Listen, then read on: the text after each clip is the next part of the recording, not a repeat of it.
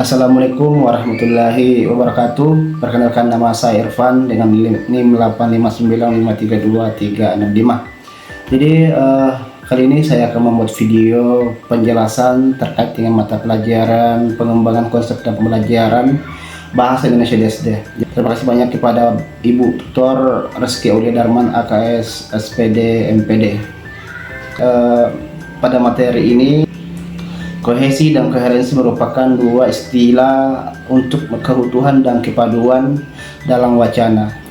Jadi kohesi ini merupakan hubungan antar unsur dalam wacana yang ditandai oleh alat bahasa, misalnya pengulangan kata atau kata ganti. Sebuah teks bisa saja kohesif atau terlihat pada secara struktur, tetapi belum tentu koheren. Ya, jadi ada koherensi atau kepaduan makna. Jadi koherensi ini adalah kepaduan hubungan maknawi atau makna antar gagasan di dalam wacana. Sebuah wacana yang baik harus koheren agar maksud dan tujuannya dapat dipahami.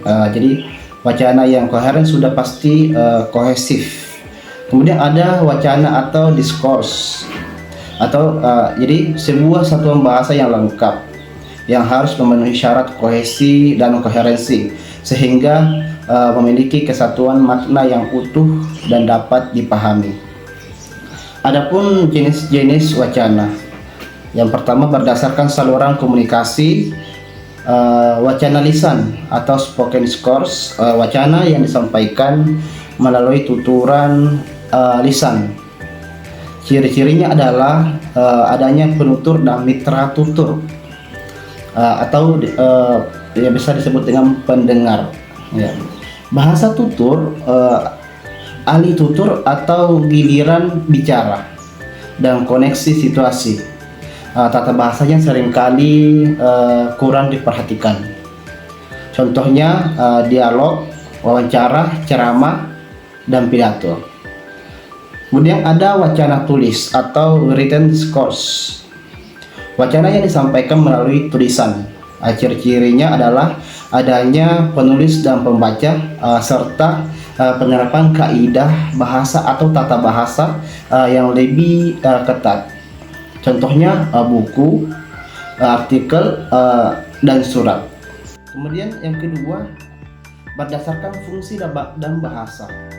Wacana ekspresif menggambarkan pemikiran, pengalaman atau perasaan secara ekspresif. Contohnya pidato, orasi, cerita, dan dongeng. Kemudian ada yang dinamakan wacana fatis, bertujuan untuk memperlancar komunikasi. Contohnya perkenalan.